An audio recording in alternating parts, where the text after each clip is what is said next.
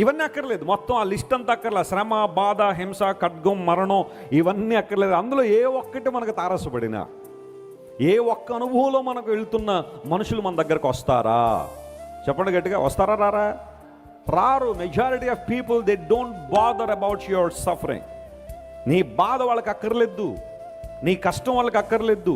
నువ్వు బాగా ఉంటే, ఆరోగ్యంగా ఉంటే, సంపాదించే వ్యక్తివి అయితే, చూడడానికి చక్కగా అందంగా ఉంటే, లేదా నువ్వు మంచి స్టేటస్ కలిగి ఉంటే, నీ యొక్క రూపం, నీ యొక్క కులం, నీ మతం గొప్పది అనుకుంటే, సమాజంలో నీకు పలుకుబడి ఉందనుకుంటే నీ వెంట వచ్చేవాళ్ళు ఉంటారేమో. కానీ అవన్నీ కోల్పోతే ఎవరైనా నీ దగ్గరికి వస్తారా? ఖచ్చితంగా రారు.